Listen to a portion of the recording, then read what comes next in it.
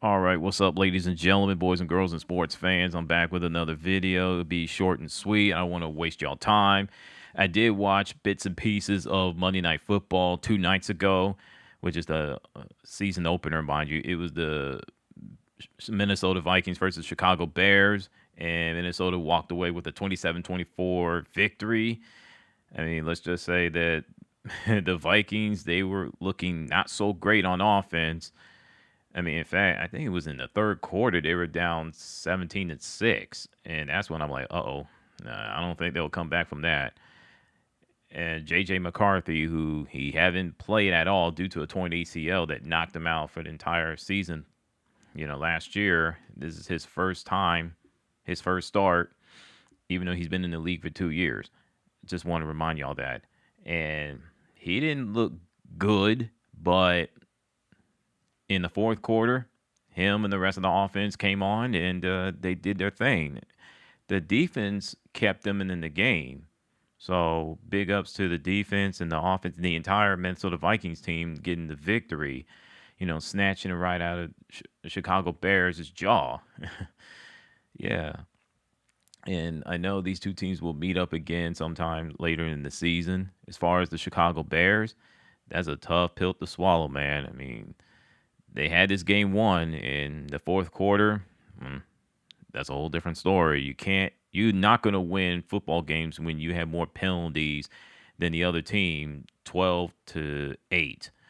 So they're going to have to find a way to get that cleaned up. And the coaching staff, including Ben Johnson, they have to do a better job getting their players ready and playing all four quarters, not the first three quarters, and act like they won the game after getting a pick six in the third quarter and just chill in the fourth quarter, then find a way to make a comeback. No, you got to find a way to play all four quarters.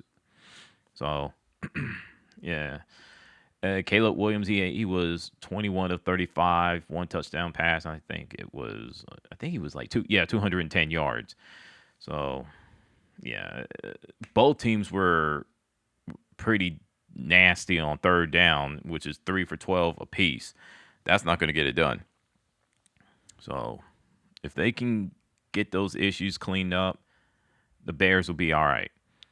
So, like I said, these two teams will meet again later down the road. And as far as my Carolina Panthers, listen, they're playing the Arizona Cardinals. They're going to the desert. I already talked about that a little bit. And they just going to have to find a way to play mistake-free football. And Gerald Everett, the defensive coordinator for the Carolina Panthers, he's going to have to do something. He's going to have to change up the lineups or do something about it because whatever they're doing or whatever he's doing is not working.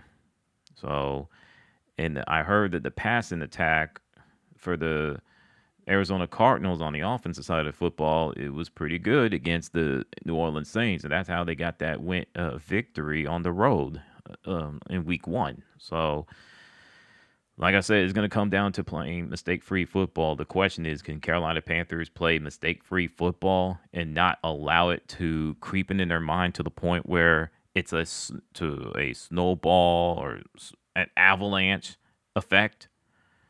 We'll find out later. We'll find out on Sunday, which, by the way, they'll be playing on, what was it, 4:05 Eastern time, and it'll be 1 o'clock in the Western time zone. So take it for what it is.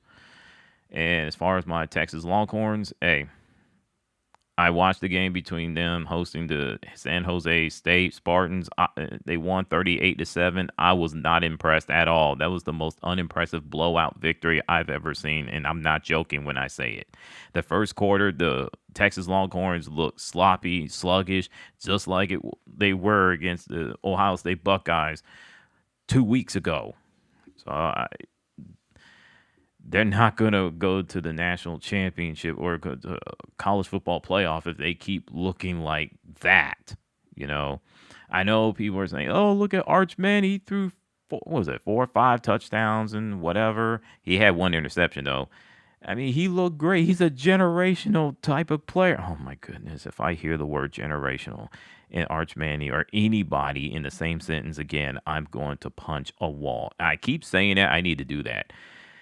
It's so annoying when I hear people throw words around like that, like it's Halloween. I mean, chill out.